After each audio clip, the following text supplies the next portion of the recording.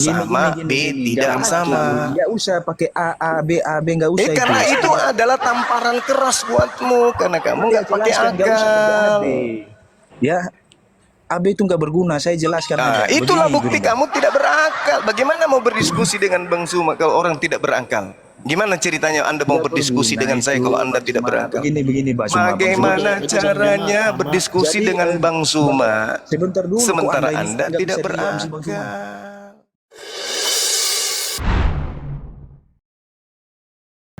Bismillahirrahmanirrahim. Assalamualaikum warahmatullahi wabarakatuh. Teman-teman yang dirahmati oleh Allah, semoga kalian semua dalam keadaan sehat walafiat, tak kurang suatu apapun. Teman-teman semua, kali ini kembali lagi menggaungkan debat antara Muslim dan Kristen.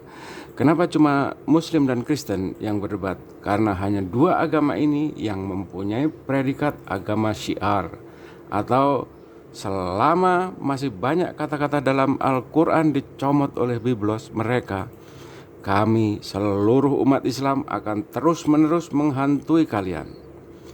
Teman-teman yang dirahmati oleh Allah, agama Islam punya doktrin, kalian juga punya doktrin. Doktrin kami adalah inna tinna indallahil Islam, bahwa tidak ada agama yang diridhai oleh Allah kecuali agama Islam. Jadi selain agama Islam, itu agama buatan manusia. Oke teman-teman, jangan lupa di like, share, dan komen di video yang ada di channel saya. Semoga menjadikan amal kebaikan kita semua. Selamat mendengarkan. Seperti itu. Baik. Ini doktrin yang muncul dari barat. Penyembah dewa Baal, penyembah dewa Molok. Mereka beranggapan ketika ada musibah, ada bencana di atas muka bumi, baik secara menyeluruh atau terhadap personil atau oknum, maka mereka merasa dewa mereka marah, dewa mereka meronta-ronta, dewa mereka minta tumbal, dewa mereka minta sesajen, dewa mereka minta korban. Itu adalah konsep ajaran Helenisme, konsep ajaran politeisme, konsep ajaran penyembah roh-roh. Nah sekarang, adakah nabi yang mengajarkan mempersembahkan kurban berupa manusia? Ada? Tak ada. Lalu yang mempersembahkan korban manusia untuk mendamaikan dosa manusia itu siapa? Dewa Molok. Satu yang perlu saudara pahami. Satu, Nabi Musa alaihissalam diperintahkan mempersembahkan kurban hewan. Di mana dalilnya? Imamat 1 nomor 2. Perintahkan kepada Bani Israel ketika mereka ingin mempersembahkan kurban kepada Tuhan, hendaklah mempersembahkan hewan. Satu. Lalu kemudian Yesus pun mempersembahkan apa? Mempersembahkan hewan. Di mana dalilnya dia perintahkan mempersembahkan hewan? Matius 8 nomor 4. Pergilah kepada imam-imam, persembahkanlah persembahan seperti yang diperintahkan Nabi Musa. Hewan kan? Yesus mengajarkan hewan. Bagaimana dengan Paulus ketika Paulus bertobat dari mengajarkan ajaran Kristen? Baca Kisah KPR 21 antara nomor 25 sampai 30. Paulus bertobat dan apa yang dilakukan? Mempersembahkan hewan kurban. Jadi Nabi Abraham korbannya hewan, Nabi Musa korbannya hewan, Yesus korbannya hewan, Paulus juga korbannya hewan.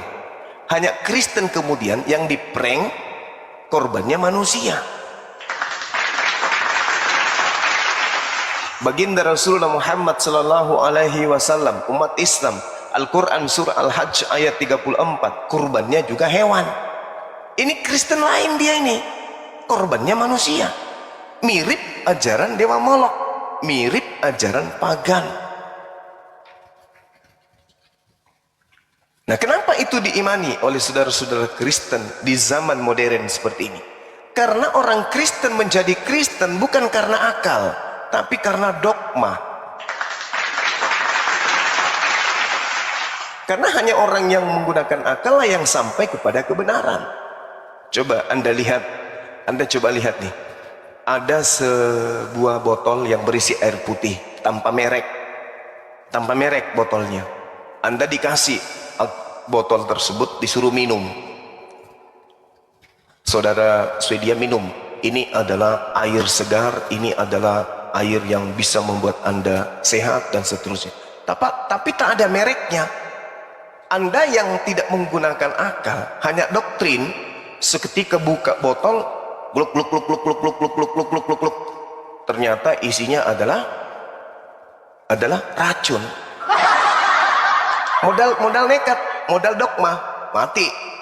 Tapi kalau orang berakal, begitu ada yang menyampaikan, silakan diminum, ini adalah air, itu diperiksa dulu, diuji dulu airnya, ditanya dari mana, sumbernya apa, terbuat dari mana aja, itu diperiksa. Setelah benar-benar itu adalah air bersih, baru diminum. Itu untuk orang yang berakal. Saudara lahir jadi orang Kristen, belajar jalan, belajar bicara, ditentenglah sama ibu ke gereja. Anakku, mari kita ke gereja menyembah Yesus. Besar, sampai hari ini masih nyembah Yesus, tidak pernah bertanya, apakah benar Yesus ini manusia atau Tuhan? Karena tidak menggunakan akal. Sementara menjadi pemimpin di atas muka bumi, mandat dari Tuhan kepada Adam alaihissalam adalah akal, pengetahuan. Tidak ada pencapaian yang didapat dan ditemukan dan diraih oleh manusia di atas muka bumi ini tanpa akal. Anehnya, ada sekelompok manusia beragama tanpa akal. Nah, ini naif. Silakan. Iya, gini Bang Suma, kalau dari saya pribadi sih, emang sih sudah lahir dari Kristen ya kan, sudah percaya Yesus sebagai juru selamat. Sebenarnya kan Yesus juga kan dari dulu juga emang udah ada Bang Suma seperti itu, yang ada tertulis aku dan Bapa adalah satu, seperti itu. Jadi ya sebelum Tuhan Yesus lahir datang ke bumi ya dia sudah ada seperti itu sih Bang Suma. Iya, baik, itu kita hargai, Bu, itu kita hargai. Tapi sekiranya kemudian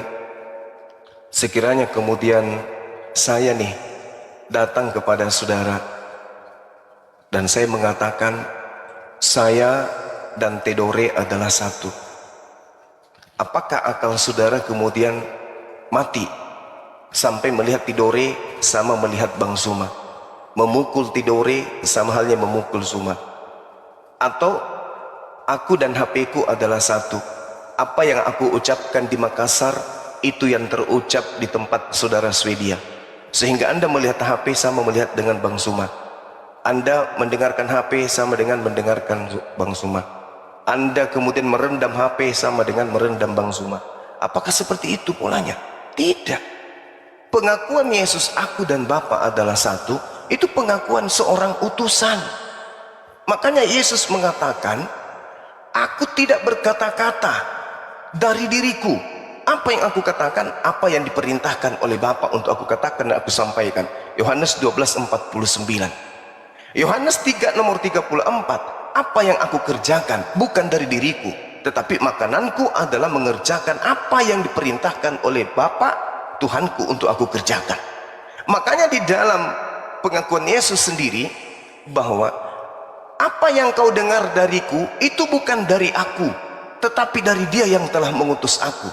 Makanya di dalam Yohanes 14 nomor 31, apa yang Yesus katakan?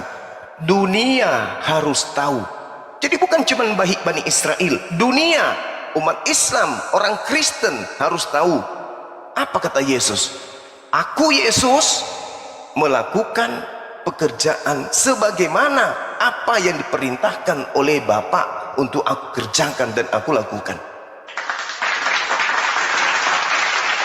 Andai saja Yesus diperintahkan kemudian untuk menyelamatkan Bani Israel, tapi dia ogah-ogahan, dia malah melakukan tindakan-tindakan yang tidak menyenangkan Tuhan, maka dia tidak berhak mengatakan aku dan Bapa adalah satu.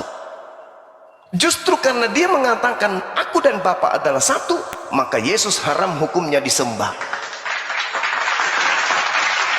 Kenapa? Karena dia nabi, dia rasul, dia Mesias, dia Kristus. Ucapannya adalah ucapan Tuhan, perbuatannya adalah perbuatan Tuhan. Maka dia tidak boleh disembah. Kenapa? Karena dia adalah utusan Tuhan. Justru dengan adanya Yesus bagi orang berakal membuktikan bahwa Tuhan itu ada. Kenapa demikian? Lihat, Yesus manusia biasa, tidak bisa berbuat apa-apa dari dirinya sendiri. Bahkan sekedar untuk melawan rasa ngantuk aja Yesus tak mampu. Tapi kenapa Yesus bisa membangkitkan orang mati? Kenapa Yesus bisa membuat badai menjadi tenang? Kenapa Yesus bisa membuat air menjadi anggur? Kenapa Yesus membuat orang buta bisa melihat, orang lumpuh kemudian bisa berjalan? Kenapa? Kenapa? Karena dia adalah utusan pencipta langit dan bumi. Aku dan Bapa adalah satu. Oleh karena itulah kemudian Yesus harus ditinggikan sebagai nabi. Yesus harus ditinggikan sebagai rasul. Jangan direndahkan menjadi Tuhan. Jangan. Makanya di dalam kitab saudara sendiri, Bung, 1 Yohanes 2 nomor 22, siapakah pendusta itu? Siapakah penyesat itu? Bukankah dia yang menyangkal Yesus itu adalah Mesias? Nah, sekarang bagaimana dengan Kristen? Apakah Kristen menyangkal Yesus itu Mesias? Mulutnya tidak, tapi bagaimana dengan perbuatannya? Menyangkal. Karena kedudukan tertinggi bagi Mesias hanyalah Nabi Tuhan, hanyalah Rasul Tuhan. Sedangkan Tuhan serendah-rendahnya, kalau memang Tuhan itu punya rendah, Tuhan tidak bisa menjadi Mesias. Karena gelar Mesias itu hanya gelar makhluk. Sedangkan Tuhan mustahil mendapatkan gelar makhluk. Makanya Tuhan itu maha, hidup, maha hidup, kuasa, maha kuasa. Apalagi? Adil, maha adil. Apalagi? Suci, maha suci. Tidak bisa Mesias Tuhan itu. Level Mesias itu hanya manusia. Makanya dikatakan Saul Mesias, Daud Mesias, Harun Mesias, Musa Mesias, Kores Mesias. Tapi ketika Mesias-Mesias ini masuk ke Indonesia, diterjemahkan orang diurapi, orang diurapi, orang diurapi. Padahal Yesus Mesias artinya Yesus orang diurapi. Yesus Kristus artinya Yesus orang yang diurapi. Nah ini harus dipahami. Aku dan Bapa adalah satu. Dengan demikian, yuk mari kita beriman kepada Yesus yang datang kepada Bani Israel sebagai jalan kebenaran dan hidup menuju kepada pencipta langit dan bumi, sebagai Nabi dan Rasul untuk Bani Israel. Jangan dituhankan. Ini poin terakhir di sesi ini. Saudara buka Yohanes 8 nomor 15, 16, 17, 18. Apa kata Yesus? Kalian menghakimi manusia menurut ukuran kalian manusia. Aku tidak menghakimi satu manusia pun. Dan kalau aku menghakimi, maka penghakimanku itu tentulah benar. Sebab aku tidak seorang diri. Penghakimanku pasti benar. Karena aku tidak seorang diri. Kalau Yesus sudah mengatakan aku tidak seorang diri, berarti Yesus ada berapa? Bersama dengan siapa? Tidak seorang diri berarti dua minimal. Nah, Yesus mengatakan aku tidak seorang diri, tetapi aku bersama dengan Bapa yang telah mengutus aku. Berarti aku dan Bapa seorang diri atau dua? Dua. Lalu Yesus mengatakan, bukankah di dalam kitab Tauratmu tertulis dua saksi adalah sah? Dalil berikutnya mengatakan, akulah yang menjadi saksi dan Bapakku yang bersaksi dengan aku. Berarti aku dan Bapak berapa? Satu atau dua? Dua. Gitu Bang, silakan.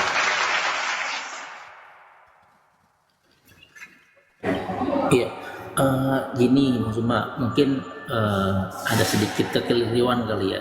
Silakan. Seperti, kalau apa namanya, kalau Bang Zuma bilang kan aku dan Bapak adalah dua, ya kan, seperti itu. Tapi kenapa Yesus itu diperintahkan oleh Allah untuk turun ke bumi seperti itu? Dia bisa menyembuhkan orang mati, ya kan, yang tadi Bang Zuma bilang. Dia bisa meredakan apa namanya ombak seperti itu. Bahkan waktu dia di kayu salib, terus dia bisa bangkit dengan sendirinya seperti itu. Dan juga itu juga tangannya kan sampai kelihatan bolong untuk menunjukkan kepercayaannya. Dan dia itu setelah itu dia langsung naik terangkat ke surga seperti itu. Kalau dia memang nabi, kenapa dia bisa bangkitkan orang mati seperti itu, bisa menyembuhkan orang buta seperti itu. Mungkin dari Bang Zuma bisa ada sedikit edukasi atau jawaban seperti itu terkait itu sih. Baik saudara. Kita lihat di dalam Yeremia 29 kalau nggak salah ya. Di dalam sorry. Kita lihat di dalam Kisah Para Rasul. Jangan terlalu jauh kita ke Perjanjian Lama. Kisah Para Rasul aja, Bang. Para Rasul Kisah Para Rasul 7. Di situ diterangkan kemudian Tuhan mengatakan 30 sampai 32. Oke. Atau sampai 34. Saya bacakan ya. Boleh ya? Boleh. Dan sesudah 40 tahun tampaklah kepadanya, di situ ia memperanakkan, dan sesudah 40 tahun tampaklah kepadanya seorang malaikat di padang gurun Gunung Sinai, di dalam nyala api yang keluar dari semak duri. Musa heran tentang penglihatan itu, dan ketika ia pergi ke situ untuk melihatnya dari dekat, datanglah suara Tuhan kepadanya. Akulah Tuhan nenek moyangmu, ila Abraham, ila Ishak, ila Yakub. Maka gemetarlah Musa dan ia tidak berani lagi melihatnya. Lalu firman Elohim kepadanya, tanggalkanlah kasutmu dari kakimu, sebab tempat di mana engkau berdiri itu adalah tanah yang kudus. Aku telah memperhatikan dengan sungguh kesengsaraan umatku di tanah Mesir, dan aku telah mendengar keluh kesah mereka, dan aku turun untuk melepaskan mereka. Karena itu marilah, engkau akan kuutus ke tanah Mesir.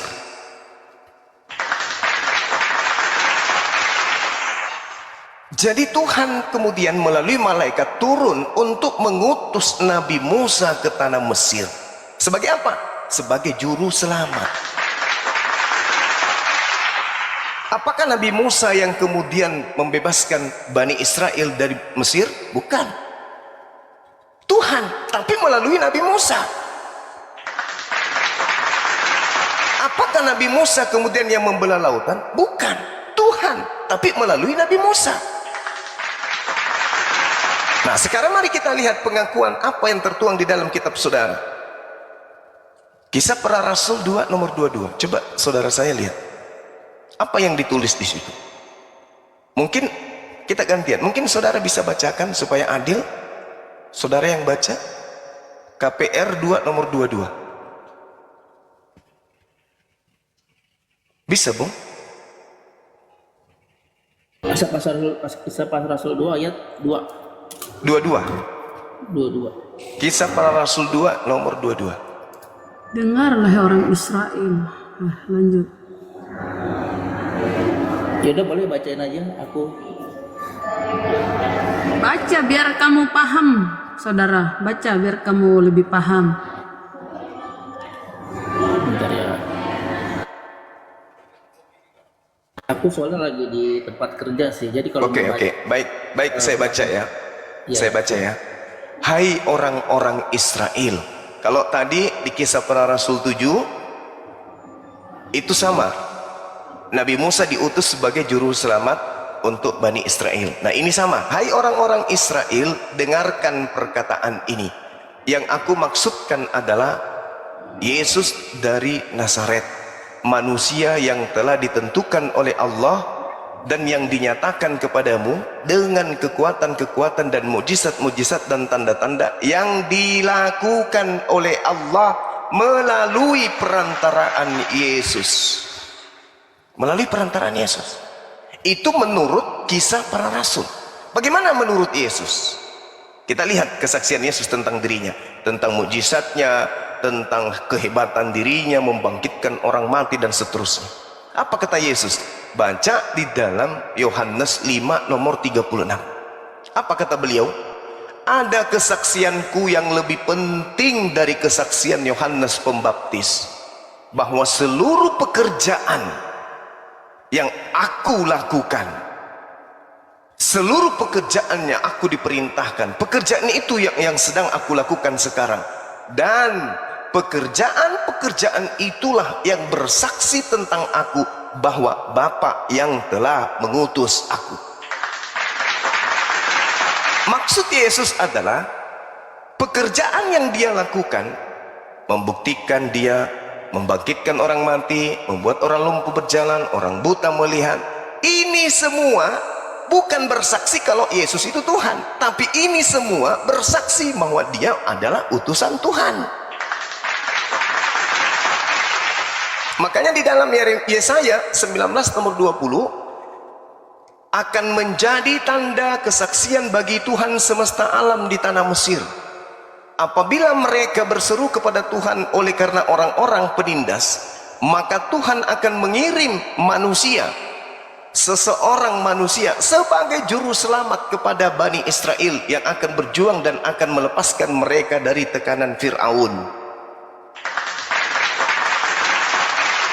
Jadi Bani Israel punya juru selamat pada saat mereka diperbudak di tengah-tengah Bani Israel, Bani Mesir, Bani Fir'aun, umatnya Fir'aun, namanya Nabi Musa. Juga Bani Israel punya juru selamat pada zaman abad pertama bernama Yesus. Makanya di Al-Quran, ya Bani Israel, inni rasulullahi ilaikum, wahai Bani Israel, sesungguhnya aku ini adalah utusan Allah kepada kalian.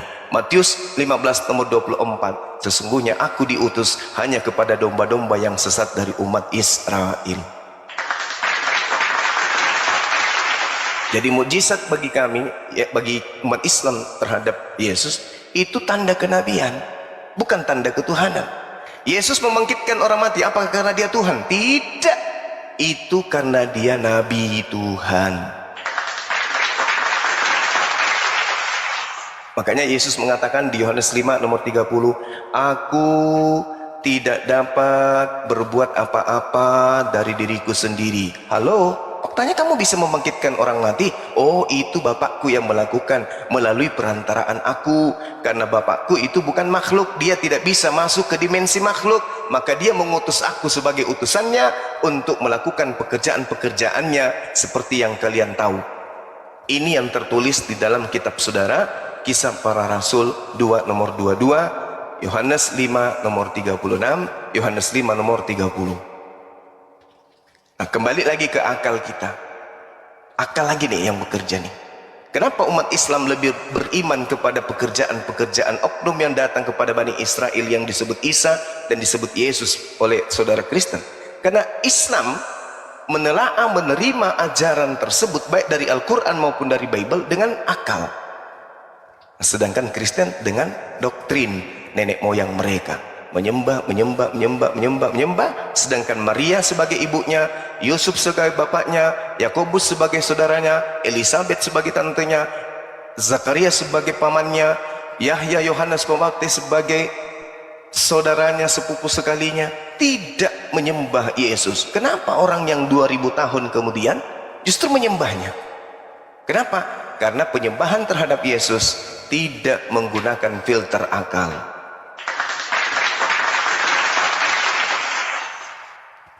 Silakan, Bung.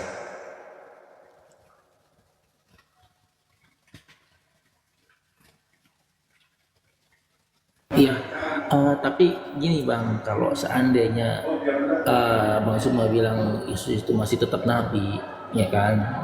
Tapi kenapa Yesus bilang, akulah jalan dan kebenaran, barang siapa yang percaya kepadaku,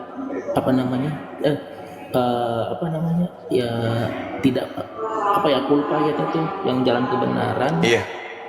Tidak ada yang sampai kepada Bapa tanpa melalui aku. Iya, kenapa Yesus bilang seperti itu? Baik. Kita lihat nih, biarkan Yesus yang menjawabnya. Yesus mengatakan begini di dalam Matius 21. Tetapi apakah pendapatmu tentang ini? Seorang mempunyai 2 anak laki-laki. Dia pergi kepada anak yang sulung dan berkata, anakku pergi dan bekerjaan hari ini dalam kebun anggur. Jawab anak itu, baik Bapak, tetapi ia tidak pergi. Lalu orang itu pergi kepada anak yang kedua dan berkata, demikian juga. Dan anak itu menjawab, aku tidak mau. Tetapi kemudian ia menyesal lalu pergi juga. Siapakah di antara kedua orang itu yang melakukan kehendak ayahnya? Jawab mereka, yang terakhir. Kata Yesus, aku berkata kepadamu, sesungguhnya pemungut-pemungut cukai dan perempuan-perempuan sundal akan mendahului kamu masuk ke dalam surga. Tuh, apa sebabnya pemungut cukai, perempuan sundal lebih dulu masuk ke dalam surga daripada pengikut-pengikut Yesus? Apa sebabnya? Kata Yesus, sebab kenapa mereka lebih dulu masuk surga daripada kalian? Pemungut cukai dan pelacur ini lebih dulu daripada kalian. Sebab Yohanes datang kepada mereka untuk menunjukkan jalan kebenaran kepada mereka. Mereka percaya. Sedangkan Yohanes datang menunjukkan jalan kebenaran kepada kalian. Kalian tidak percaya. Meskipun kalian melihatnya, kalian tidak percaya. Tapi pemungut cukai, pelacur-pelacur sundal tadi percaya kepada Yohanes dan mereka lebih dulu sampai ke dalam surga daripada kalian. Apa maksud Yesus ini? Ternyata bukan cuma Yesus yang bisa menyebabkan orang masuk ke dalam surga. Pemungut cukai dan juga pelacur yang percaya kepada Yohanes pun sampai kepada Bapa. Ini pengakuan Yesus, bukan pengakuan saya. Pemungut cukai dan pelacur lebih dulu masuk surga daripada kalian. Sebab kenapa? Yohanes datang kepada mereka mengajarkan jalan keselamatan dan mereka percaya. Berarti orang-orang yang percaya kepada Yohanes lebih dulu masuk ke dalam surga, meskipun mereka pelacur, meskipun mereka itu adalah rentenir. Itu kata Yesus. Jadi ketika dia mengatakan akulah jalan. Nah, kenapa Yesus mengatakan dirinya jalan? Karena Yesus itu memberikan jalan. Apa jalan itu?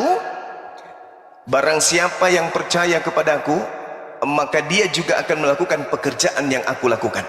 Nah, sekarang jalan yang diajarkan oleh Yesus adalah Yohanes 14 nomor 31. Dunia harus tahu bahwa aku melakukan segala perintah yang diperintahkan oleh Bapa untuk aku kerjakan. 1 Yohanes 2 nomor 6, barang siapa yang mengaku dirinya sebagai pengikut Yesus, ada di dalam Yesus, maka dia wajib hidup sebagaimana Yesus hidup.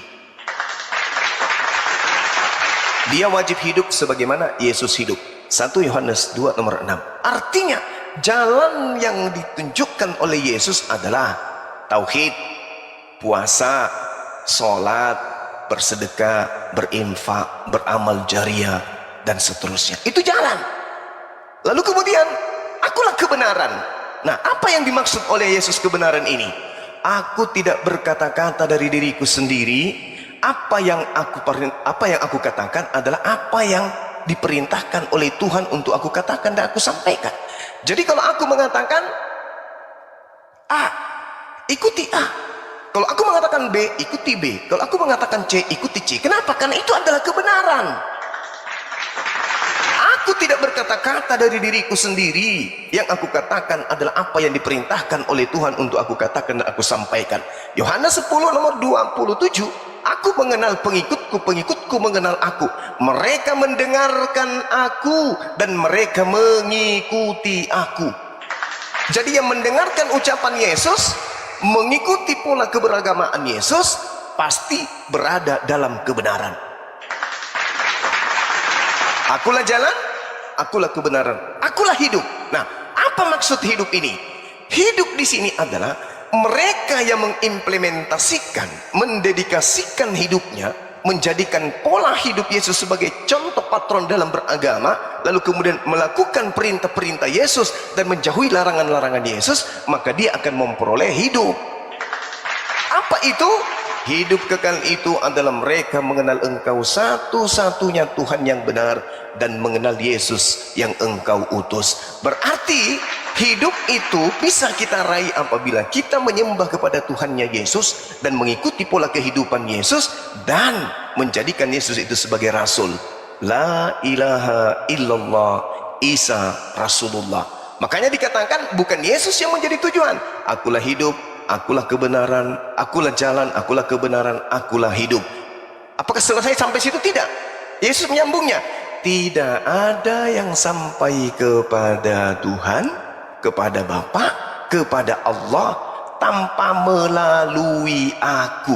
Berarti Yesus hanya jalan yang harus dilalui.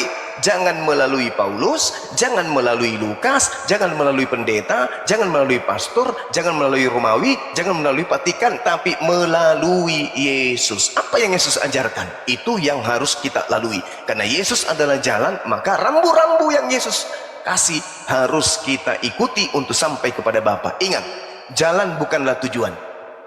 Kita ingin ke kantor, pasti melalui jalan. Tidak ada yang sampai ke kantor tanpa melalui jalan. Pasti, itu pasti.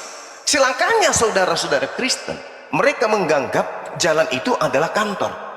Tidak bisa membedakan antara jalan, antara kantor. Mereka ingin ke Monas, jalan menuju ke Monas, jalan Tamrin misalnya. Dia menganggap jalan Tamrin itu adalah Monas itu sendiri. Itu keliru besar. Jalan menuju Monas bukanlah Monas. Monas bukanlah jalan, tapi Monas adalah tubuh. Barang siapa yang ingin sampai ke Monas, maka dia harus menelusuri jalan yang sudah ada. Tidak ada yang sampai kepada Monas tanpa melalui jalan tersebut. Jadi jalan dan Monas adalah beda. Jalan adalah arah, tujuan, rambu-rambu, cara untuk sampai kepada Monas. Kristen, jalan adalah Monas. Monas adalah jalan. Kenapa demikian? Karena saudara-saudara Kristen tidak menggunakan akal, tetapi menggunakan dogma. Kalau Anda ingin ke sekolah, tetapi Anda menganggap bahwa jalan menuju sekolah itu adalah sekolah, percaya sama saya, Anda tidak akan lolos. Kenapa? Karena Anda hanya berada di jalan raya. Karena Anda menganggap jalan ini adalah sekolah Anda. Anda ke sekolah, Mama, aku berangkat ke sekolah, silakan nak. Baru berjalan 2 meter, 3 meter, 4 meter, 1 kilo. Anda berhenti di situ, buka buku, belajar di bawah pohon. Begitu lihat jam tangan, oh ini sudah jam 1, pulang lagi ke rumah. Begitu seterusnya, begitu seterusnya. Begitu Anda lakukan seterusnya, begitu seterusnya. Begitu penerimaan rapor. Jangankan diberikan rapor, dianggap sebagai siswa di sekolah tersebut aja kagak. Datang orang tua Anda, kenapa anak saya ini tidak dikasih rapor? Kenapa anak saya tidak naik kelas? Loh, emang anak ibu selama ini sekolah di mana? Loh, setiap hari dia pergi sekolah. Begitu ditanya, kamu kenapa? Tiap hari saya ke sekolah, Ma. Di mana kamu sekolah? Di jalan. Karena mereka anak ini menganggap jalan ini adalah sekolah. Beginilah yang terjadi terhadap saudara-saudara Kristen. Makanya Yesus mengatakan, enyahlah daripadaku, kalian semua adalah pembuat kejahatan. Matius 7 nomor 15 sampai nomor 23. Ciri-ciri pengajaran nabi palsu itu menganggap jalanan itu adalah rumah sekolah. Demikian, silakan. Assalamualaikum warahmatullahi wabarakatuh, Bunda. Waalaikumsalam warahmatullahi wabarakatuh. Ada anak murid nih. Silakan Bang. Oke, baik. Gini, Bang Zuma, kalau tadi Bang Zuma bilang kan yang kayak pemungut cukai itu kan mungkin ada ya kayak Sakeus yang mungkin Bang Zuma dengar gitu. Terus Lewi itu kan pemungut cukai kan yang dibenci sama orang Yahudi ya, seperti itu. Tapi di Markus 2 ayat 15 nih dikatakan bahwa Yesus makan bersama-sama dengan pemungut cukai dan orang yang berdosa. Yesus datang kepada mereka yang berdosa untuk mengubah hidup mereka sehingga mereka bertobat, berbalik dari cara hidup yang jahat dan mengikut Yesus. Bahkan hidup mereka dapat membuat orang lain juga percaya kepada Yesus. Nah, berarti dampak dari dampak Yesus itu berarti sangat bagus dong, berarti Bang, itu untuk orang-orang di sekitarnya seperti itu sampai dia bertobat dan dia menyebarkan kebaikan Tuhan seperti itu. Iya. Jadi Yesus ini memang adalah nabi, dia rasul. Dia datang mengajarkan kebenaran kepada Bani Israel. Memang betul, andai saja Bang Suma hidup pada zaman Yesus, saya menjadi pengikutnya. Meskipun saya ini bukan Bani Israel, tapi saya akan mengagumi beliau sebagai sosok penolong yang datang kepada Bani Israel. Dan kalau saya hidup di tengah-tengah Bani Israel, saya pasti akan menjadi pengikutnya. Karena orang asing yang hidup di tengah-tengah Bani Israel itu bisa kemudian tunduk dan berserah diri kepada hukum Tuhan yang datang kepada Bani Israel. Berbeda dengan orang yang di luar, yang hidup di luar Bani Israel, namanya Goyim. Tapi Tuhan berfirman kepada Nabi Abraham alaihissalam bahwasanya orang-orang asing yang ada di tengah-tengahmu itu harus tunduk kepada perintah yang datang kepadamu, kepada Bani Yakub, kepada Bani Israel. Nah, Yesus mengajarkan kebenaran, Yesus mengajarkan keselamatan. Memang betul, memang betul. Karena itulah kemudian Yesus ini kami imani sebagai nabi, sebagai rasul yang datang di tengah-tengah Bani Israel mengajarkan jalan keselamatan menuju kepada Tuhan pencipta langit dan bumi. Hanya saja ajarannya dibaikot, ajarannya dibuatkan makar, ajarannya dipelintir, ajarannya kemudian dibengkokkan. Lahirlah agama Kristen. Itu saudara Swedia, silakan.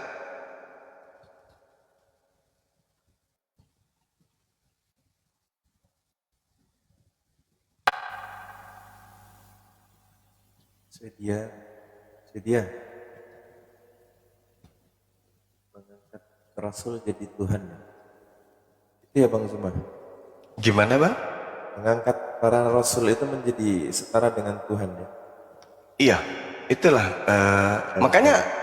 makanya dikatakan dalam Matius 7 itu, buah dari pengajaran nabi palsu: 1, menyembah Yesus; 2, bermukjizat menggunakan nama Yesus, mengusir setan pakai nama Yesus, bernubuat pakai nama Yesus.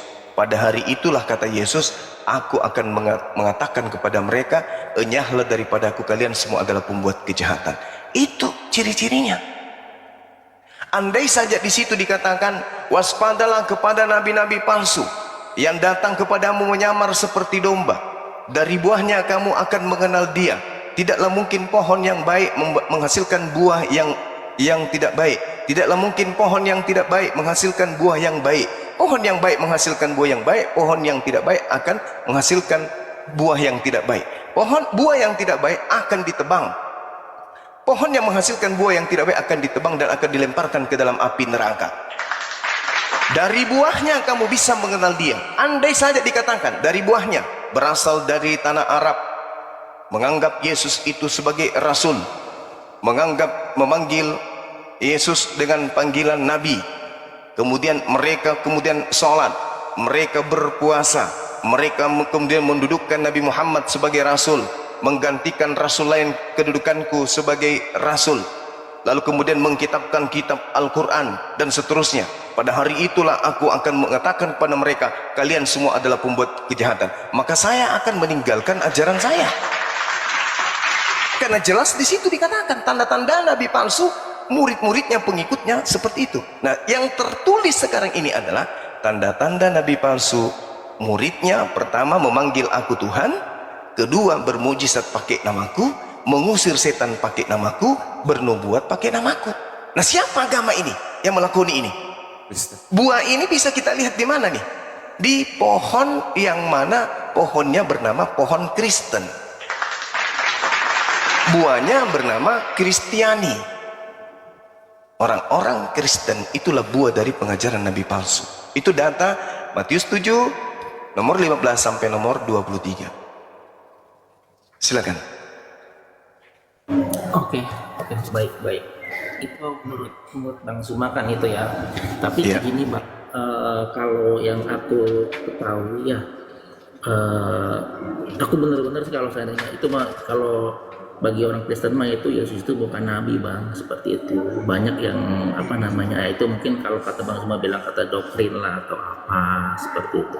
Tapi kalau di dalilnya itu di 1 Yohanes 2 ayat 22 sampai 23 ya, itu ada Yesus adalah Tuhan yang menyatakan bahwa dia setara dengan Allah seperti itu. Garis besarnya ya aku cari ya dari apa namanya, aku buka di komputer sih, buka di Google Bang, seperti itu.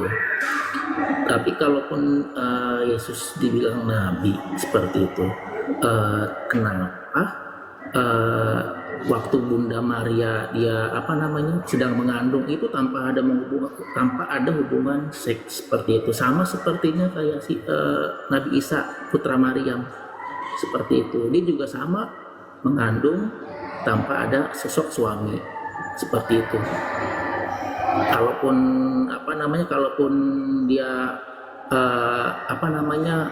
nabi ya, kenapa ada malaikat yang memberitahukan kepada Maria seperti itu sih Bang. Iya, baik.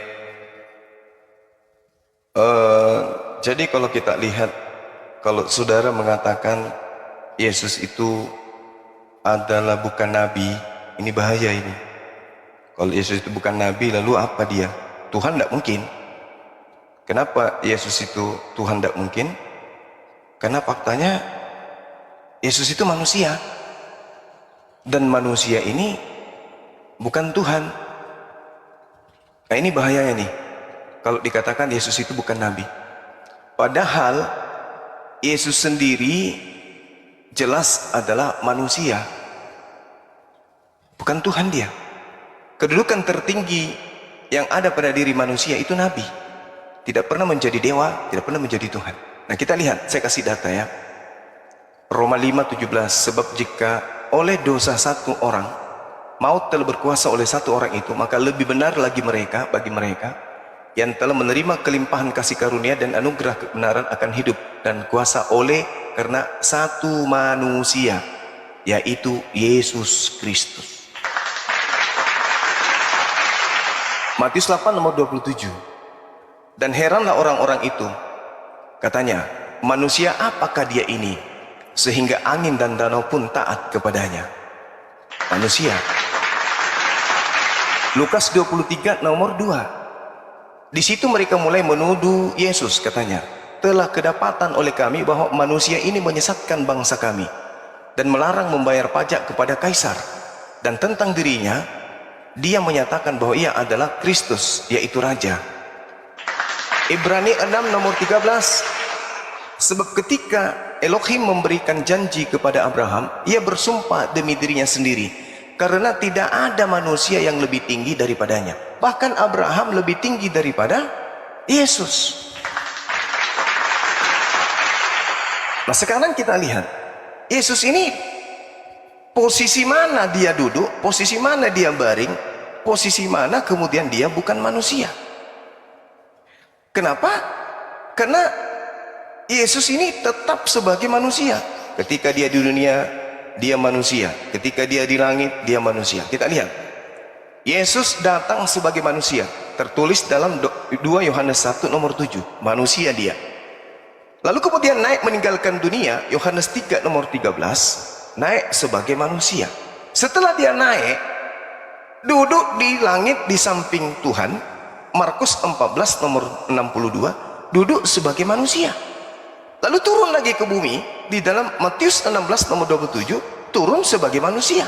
Setelah itu kiamat terjadi, akhir zaman terjadi. Di dalam Yohanes 5:27, Yesus menghakimi sebagai manusia.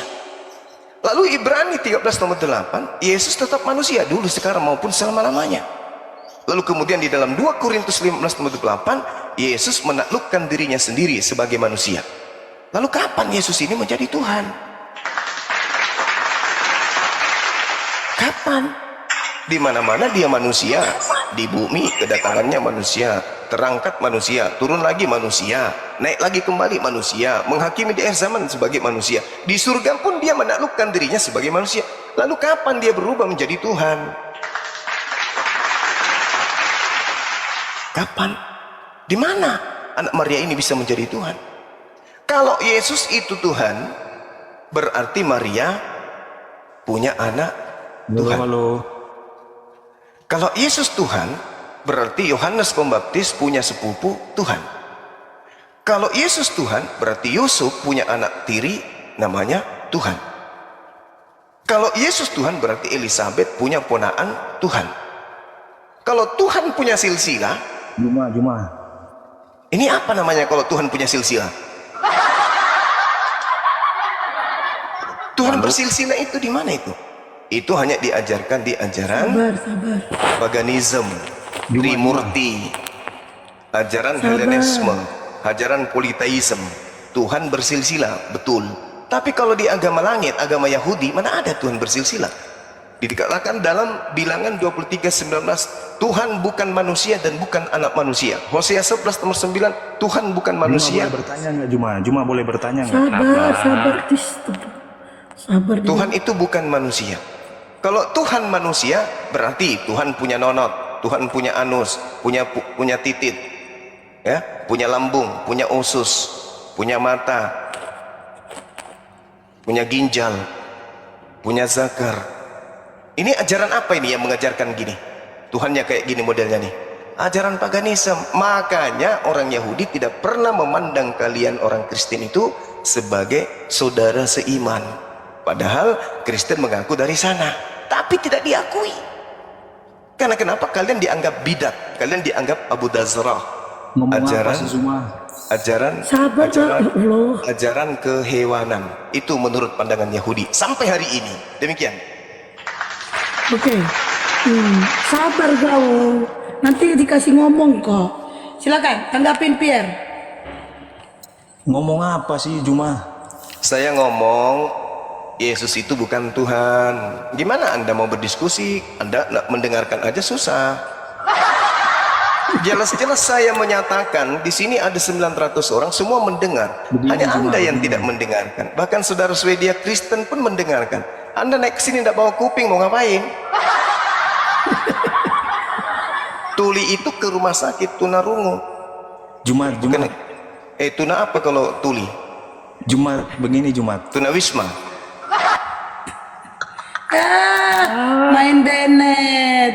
Main Bennett,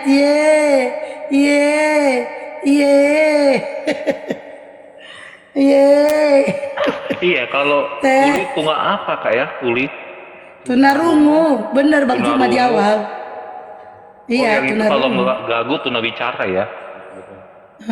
Kalau tunawisma gak punya rumah. Mana Mbak? Bawa semana Jumat Mbak? Si Jumat. Ya kau report tapi kau Bennett. Komen Bennett. Enggak, saya enggak report Mbak. Saya enggak report Juma itu Mbak. Enggak. Bener ya, gak report ya. Benar. Jangan mereport lah. Demi Ya Allah, belum saya enggak apa-apa. report, Mbak. Demi Allah saya enggak report. Iya, percaya. Ya udah lah Mbak, saya naik ke sini mau ngomong sama Juma itu Mbak, tapi Juma Iya sabar itu Bang Juma di bawah, sabar. Kok kenapa sih nggak sabaran banget? Sabar. Bang Pierre udah panas bumbu sama Bang Juma. Sabar. Nah ini ya Bang Juma, nggak sabaran nih orang. Silakan. Kan tuna baru nggak bisa ngerti penjelasan saya gitu. Kan tuna Kenapa? ini Silakan. mau di sambel. Iya gimana Bang? Begini Bang. Iya gimana?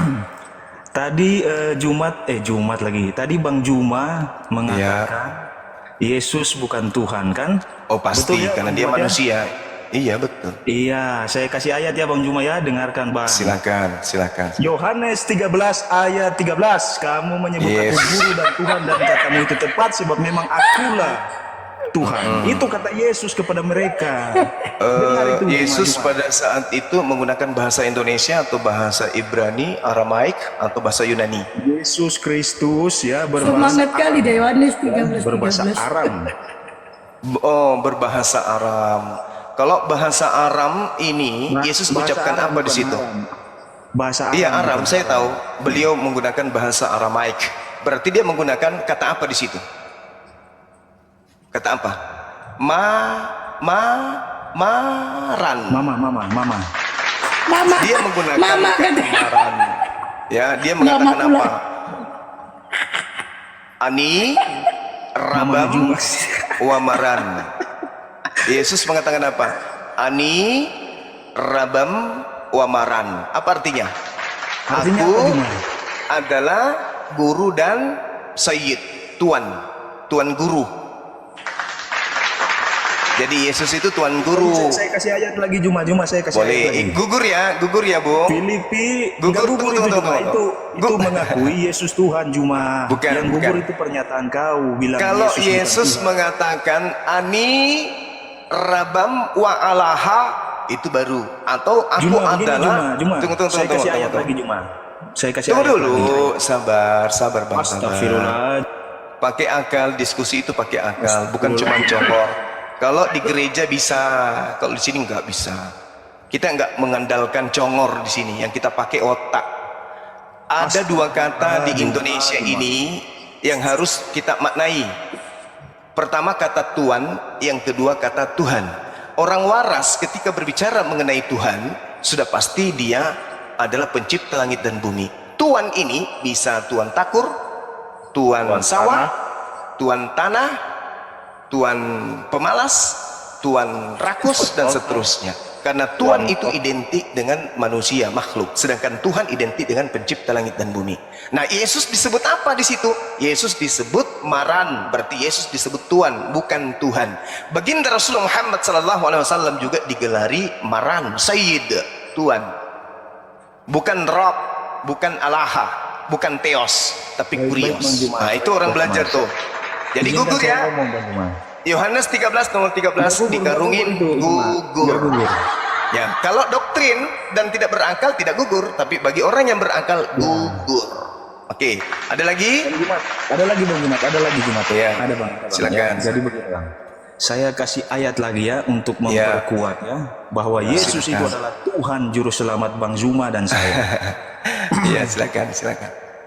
Filipi 2 ayat 10 sampai 11 ya. Di situ dikatakan Yesus ya, segala lidah akan mengakui Yesus Kristus Tuhan ya. Itu ayat yang sangat kuat sekali ya. Filipi 2. Dia adalah Tuhan kita semua, Bang Zuma. Filipi 2 ayat 10, Bang Zuma. Oke. Ya, coba Bang Zuma baca ya supaya lebih kuat. Mundur imannya satu Bang data Zuma. boleh? Mundur satu data boleh? Di nomor 9-nya boleh? Boleh, Bang Zuma, boleh. Oke. Di data 9-nya dikatakan begini. Itulah sebabnya Allah sangat meninggikan Yesus dan mengaruniakan kepadanya nama di atas segala nama. Jadi Tuhan Elohim meninggikan manusia bernama Yesus. Jadi dia bukan Allah itu sendiri. Makanya di data nomor 11-nya, di data nomor 10-nya dan data 11-nya dikatakan supaya dalam nama Yesus bertekuk lutut segala yang ada di langit dan yang ada di bumi dan yang ada di bawah bumi, dan segala lidah mengaku Yesus Kristus adalah Tuhan. Tuhan. Tuhan, bukan Tuhan. Kita lihat Tuhan dalam Bang Zuma bahasa sama Tuhan aslinya. kita semua.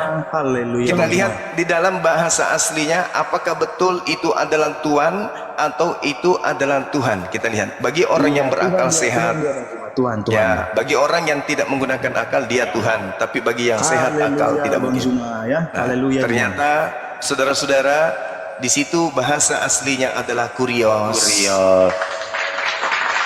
Bahasa aslinya Yesus Kristus adalah Tuhan juru selamat umat. Oke, dan dua data gugur ya, halilintar. Nah, sekarang apa lagi? Bang Zuma, itu Ada lagi data yang bisa, ada lagi Bentar, data Bang yang Swedia. dipakai gereja untuk menipu kalian, yang bisa Anda jadikan acuan untuk menuhankan Yesus. Ada lagi? Ada. Ayo Silakan, keluarin data tunjukkan. pustakanya. Ya, Ada, silakan. Juma, tenang aja, Juma, Dua tenang. senjata gereja gugur. Silakan. Ada lagi? Ya, jangan kepanasan, Juma, tenang. Iya. Oh, enggak dong. Mana data Yang data nyembah manusia pustakanya? bukan saya. Anda kok jadi saya yang panas? Saya malah istighfar. Ada juga orang ini di zaman modern masih mau memperbodoh dirinya. Silakan. Apalagi datanya, Bang?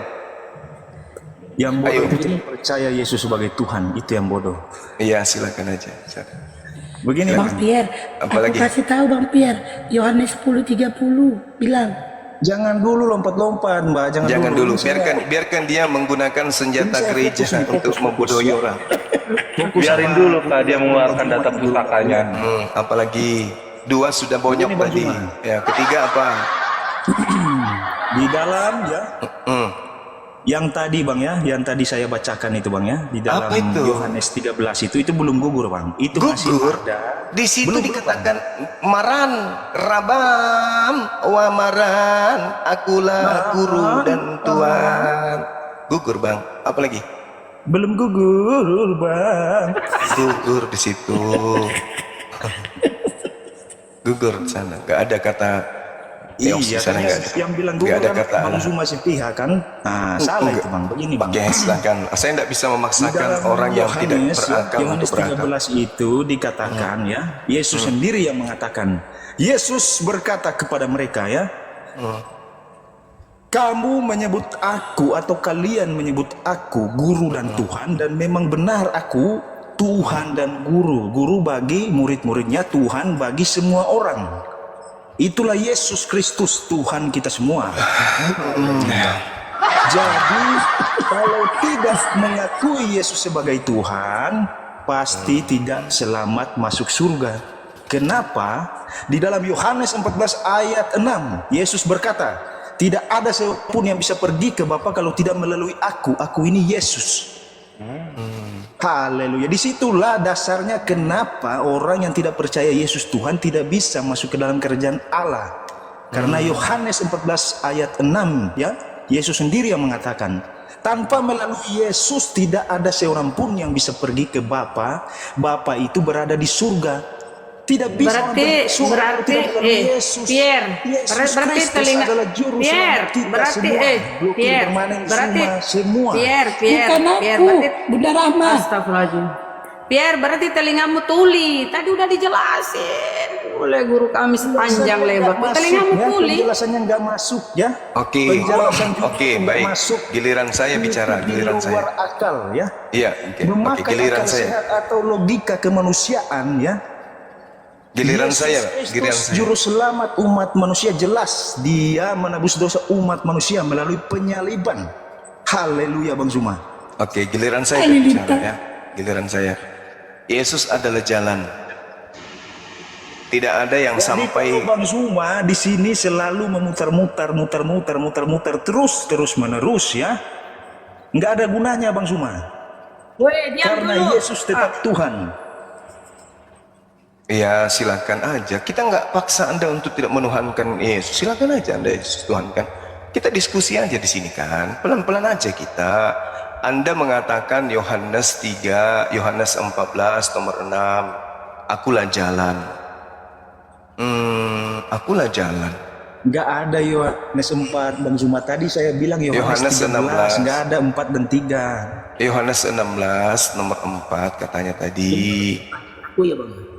Akulah jalan. Gini Bang Zuma. Boleh saya Yesus jalan atau apa lanjutkan nih? ya Bang Zuma? Bung. Boleh ya? Tunggu dulu. Saya tanya dulu. Yesus mengaku lanjutkan dulu, akulah Bang. jalan. Enggak, sabar dulu. Kamu mengatakan akulah jalan. Yesus itu jalan. Oke? Iya betul Bang Nah, Zuma. Di dalam Yohanes 14 itu ya Guru Bang Zuma ya. Iya. Dia adalah jalan nomor ya. 6. Oke, betul. Jalan Dia kemana? adalah jalan. Jalan ke surga Gurunda. Oke, Guru sekarang Zuma. apa? Oke, jalan menuju Monas, apakah Monas? Nggak ada itu Gurunda. Yang saya jelaskan Gurunda ya kepada kami ya. Jalan menuju ke surga ya. Melalui penebus ya dosa umat manusia. Siapa dia? Yesus Kristus, Tuhan Akulah kita jalan. semua umat manusia. Tadi Anda dengan gagahnya mengatakan akulah jalan. Nah, jalan menuju ke surga. Betul. Jalan menuju ke Nggak surga, salah. apakah surga? Nggak salah, dia adalah jalan Iya. kebenaran. Nggak salah Oke. itu benar. Apakah jalan ke surga adalah surga? Kenapa nggak salah? Karena ada ayatnya Yohanes. Yang ditanya apa? Akulah Bukan saya jalan. modal congor di sini. Akulah Ini saya jalan. ada datanya ini. Tidak ada yang sampai kepada Bapa tanpa melalui aku. Oke. Melalui aku. Sekarang Aku saya ini siapa tanya. dulu, Bang Zuma? Bang Zuma, aku ini siapa? Aku ini Yesus. Aku jalan. Iya, Yesus. Yesus itu jalan. Yesus Oke. jalan, Oke. jalan kebenaran Nah, sekarang dan saya kehidupan. tanya. Dia jalan. Iya, sekarang saya tanya. Bagaimana orang Apakah yang tidak percaya Yesus Tuhan bisa selamat, bisa pergi ke jalan yang Oke. benar? Baik, Yesus sendiri adalah sekarang jalan kebenaran itu, iya, Bang Suma. iya, oke, silakan. Apakah jalan dan tujuan itu sama? Jawab. Jalan dan tujuan, ya, jalan itu adalah Yesus, tujuan itu ke surga, mendapatkan keselamatan, penebusan dosa. Pertanyaan Yesus. saya, apakah jalan dan tujuan itu sama? Jawab dulu dong. Ayo. Itu berkaitan. Iya, berkaitan. Jalan adalah Yesus Tuhan kita. Saya ulang. Ya, setelah- Apakah jalan dan Setelah kita tujuan meninggal, itu kemana sama? kita? Tentu saja kita ingin selamat, Bang Zuma. Apakah jalan dan tujuan itu sama? Jawab dulu dong. Jangan emosi lah, Bang Zuma. Kok saya di-mute ini? Aduh. Loh, saya tanya, jawab dengan jawaban yang sesuai pertanyaan. Yang pertanyaan saya, apakah jalan dan tujuan itu sama? Pertanyaan, Bang Zuma menanyakan apakah jalan dan tujuan itu sama. Saya Yang sudah lain, menjawab, jalan itu adalah Yesus, tujuan Iya, itu saya tahu Yesus itu jalan, saya tahu Yesus itu jalan. Saya sudah tahu, jawab, kenapa dia bilang saya tidak jawab? ngerti Yesus itu nabi dan rasul, utusan Tuhan menuju kepada Tuhan. Ngerti saya. Pertanyaan saya nih, pertanyaan yang remeh-temeh ini tolong dijawab. Pertanyaan yang sangat mudah ini tolong dijawab. Apakah jalan dan tujuan itu sama? Begini Bang Zuma, diam dulu Anda ya. Jalan. Ya, Sebelum dijawab boleh nggak Bang, saya ngucapin assalamualaikum dulu Bang, biar Abang tenang gitu loh. Waalaikumsalam warahmatullahi wabarakatuh. Pertanyaan saya, apakah jalan dan tujuan itu sama? A sama, B tidak sama. Yang mana? Begini, enggak pakai Beginilah rasanya berdiskusi tak pakai akal. Ditanya apa, jawabannya apa, karena tidak berakal. Tidak berakal sama dengan dempet.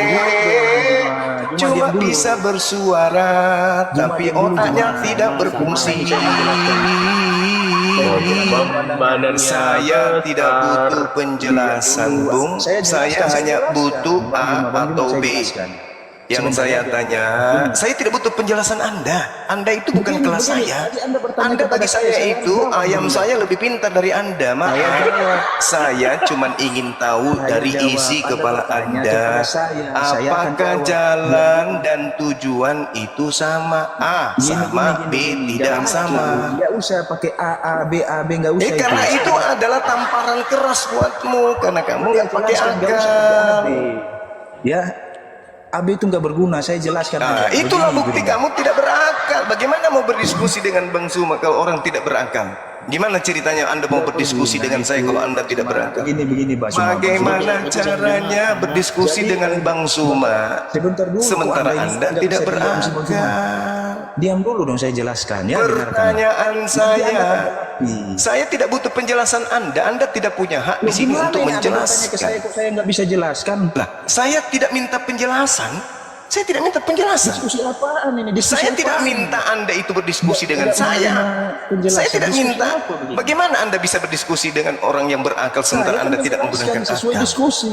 Tidak bisa. Anda nggak layak berdiskusi dengan saya. Anda nggak berakal, saya berakal. Ya sudahlah. Anda sombong berarti. Oh memang. Sama orang bahlul kayak ente menganggap ente manusia itu adalah suatu kesalahan bagi saya. Saya menganggap Anda itu lebih rendah dari seekor cumi dan kura-kura. Ngerti? Manusia tak layak dianggap manusia, sok bisa menjelaskan. Pertanyaan saya nih sederhana loh, pertanyaan saya. Pertanyaan saya loh. Apakah Yesus ini jalan? Ya. Siapa yang tujuan? Allah. Nah, Yesus mengaku apa dalam Yohanes 14 itu? Akulah jalan. Akulah jalan. Tidak ada yang sampai kepada Allah. Tidak ada yang sampai kepada Allah tanpa melalui aku. Pertanyaan saya, apakah Yesus ini jalan? Ya. Apakah Allah ini tujuan? Ya. Pertanyaan saya, apakah jalan dan tujuan itu sama? Ternyata gini cara diskusinya. Apakah jalan dan tujuan itu sama? Jawab. Udahlah, Coba saya turun jawab. lah, saya turun. Nah, nggak bisa kau jawab kan, nggak bisa. Baik, saya akan menjelaskan. Aku akan menerangkan. Gimana ceritanya, ya Allah yang Karim. Inilah susahnya kalau ada agama yang dipegang tanpa menggunakan akal. Susahnya di kau juga. Jadi susahnya di kau lelucon. juga. Kau nggak bisa diam. Jadi Tadi saya jadi menjelaskan. jadi bualan. Bulian. Jadi bulian. Anda dibully di sini. Terserah, Yesus adalah jalan, silakan katanya. bully, silakan bully. Sekarang Nggak apa-apa. sekarang apakah Yesus itu jalan? Begini, makanya dengarkan dulu. Kan saya begini kan pertanyaannya. Larinya ke begini. Begini nasib orang tak berakal. Penjelasan saya ini nggak Menjelaskan tapi tak ada ilmu, akhirnya jadi bulian. Ditanya apa jawabnya, Kemana-mana.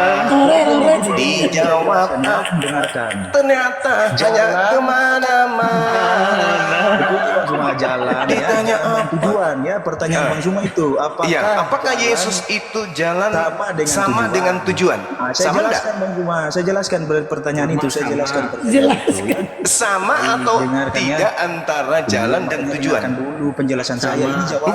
Enggak, saya minta dulu Anda jawab, baru Anda jelaskan. Cuma. Tidak. Kalau Anda mengatakan sama, baru jelaskan. Kalau Anda mengatakan tidak sama, baru jelaskan. Loh. Anda tak layak. Anda tidak layak bagi saya. Kau Juma. Anda tidak layak. Yang modal congor itu ditanya, lain dijawab. Ngomong terus, Anda tuh lebih tidak layak Anda. Karena ditanya apa, dijawab apa. Pertanyaan saya dengarkan baik-baik. Loh, Kalau saya mulut jawab Anda sesuai tidak kok. bisa mendengarkan, coba sekali-sekali pakai ketek. Makanya dengarkan penjelasan saya, ini jawaban. Pertanyaan saya, Iya, Juma. apakah Yesus itu jalan? Kata Anda iya. Apakah Yesus tujuan? Juma. Bukan, Yesus bukan tujuan. Nah sekarang pertanyaan saya, apakah jalan dan tujuan itu sama? Apakah jalan dan tujuan itu sama? Ya, dengarkan dulu Apakah Juma. Ya. Bang apakah Juma, saya jalan hormat dan kepadamu, Juma. tujuan? Dengarkan dulu. Apakah jalan dan tujuan Penjelasan itu saya, sama? Ya, dengarkan dulu lah. Aduh, gimana sih Anda ini capek? Jawab dulu. Jawab apa dulu. Siapa yang mau mendengarkan pembodohanmu itu? Siapa? Siapa yang mau mendengarkan pembodohanmu itu? Siapa? Siapa? Jawab dulu. Enggak mau, enggak bisa. Jawab dulu pertanyaan saya. Tidak bisa. Jawab dulu. Apakah jalan dan tujuan itu sama? Gak bisa. Jawab dulu. Jalan apakah sama dengan stasiun? Kenapa Anda ingin menjelaskan yang tidak saya tanyakan? Apakah Anda waras? Kamu diam dengar. Tiada tanggapi. Kenapa Anda mau menjawab apa yang saya tidak tanyakan? Kenapa Anda Apakah Anda ketakutan waras? dengan penjelasan saya ini? Kasihan. Kenapa Anda justru Anda menampakkan ketakutan? Janganlah ketakutan. Makanya Juma, Anda ini tidak penjelasan, menjawab. Juma. Udah turunkan aja ini, nggak bisa menjawab. Juma, Siap, penjelasan, Juma. Udah kamu ke Dengarkan, gereja, kenapa kau ketakutan?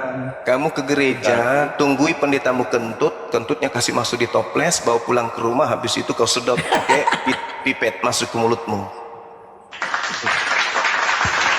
Itu hanya layak untuk orang yang tidak berakal, ya.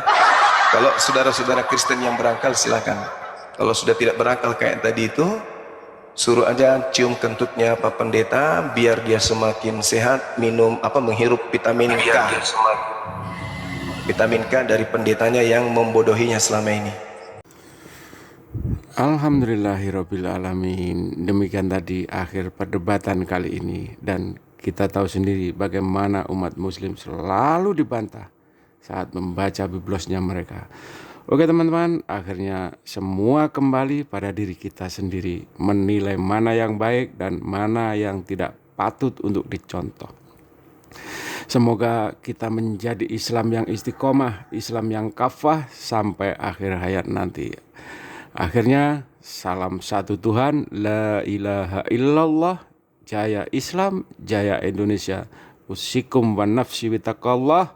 Wassalamualaikum warahmatullahi wabarakatuh.